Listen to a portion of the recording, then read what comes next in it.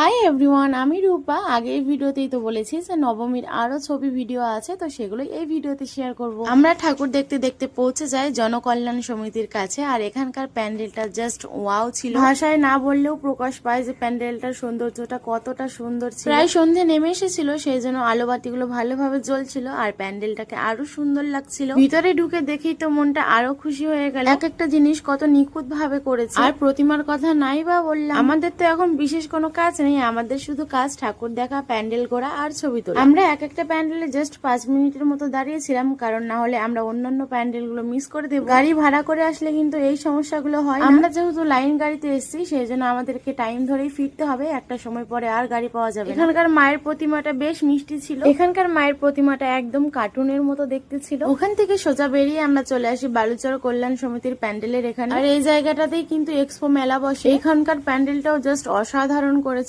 আর এইখানকার প্যান্ডেলটা তো সব থেকে বড় প্যান্ডেল ছিল। আমার তো মনে হয়েছে ফটো তোলার জন্য এই প্যান্ডেলটা সব থেকে বেস্ট। চারিদিকে এত রকমের থিম ছিল যে এক একটা ফটো তুললে এত সুন্দর আসছিল। আমি তো শুধু ভাবছি এক একটা শিল্পী কত ধৈর্য নিয়ে এই সবগুলো তৈরি করেছে। আমরা তো 2 মিনিটে গিয়ে ছবি ভিডিও তুলে নিই, ঠাকুরের দর্শন করে চলে আসি, কিন্তু ওদের এগুলো বানাতে কতটা সময় লাগে আর কতটা এফোর্ট দেয় বলেই এতটা সুন্দর তৈরি হয়। আর জানো তো আজকে আমার খুব ভালো হয়েছে, আমার বন্ধুকে দিয়ে আমি অনেক কয়টা ভিডিও বানিয়ে নিয়েছি। অন্য কারোর সঙ্গে আসলে, এমনকি আমার বরের সঙ্গে আসলেও তো আমার ক্যামেরা আমার বর ধরতেই চায় না। আর এইখানে কিন্তু একটু ছোট্টখাটো করে মেলাও বসেছিল। আর এই মেলার মধ্যে আমার মনের মতো দুটো ইয়াররিংস আমি পেয়ে যাই, সেগুলো আমি নিয়ে নিয়েছি, কিন্তু দাম ছিল প্রচুর। মেলা বাজার বলে কথা, দাম তো একটু বেশি নেবে। অনেকক্ষণ ঘোরাঘুরি করার পর আমরা ভাবলাম যে এবার পেট পুজোটা সেরে নিই। প্রথমে খেয়ে নিলাম পাপড়ি চাট। পাপড়ি চাটটা খুবই জঘন্য ছিল। তারপর নিলাম রোল। রোলটা বেশ ভালো ছিল। দেন আইসক্রিম দিয়ে আমাদের খাওয়া দাওয়ার পর্বটা শেষ করি। খাওয়া দাওয়া পর্ব শেষ করে আমরা আবার ঘোরা শুরু করি। তারপর 2-1টা ঠাকুর দেখে আমরা বাড়ির উদ্দেশ্যে রওনা। আমরা যখন এসেছিলাম তখন তো লাইটিং গুলো জ্বলছিল না, কারণ তখন দিন ছিল।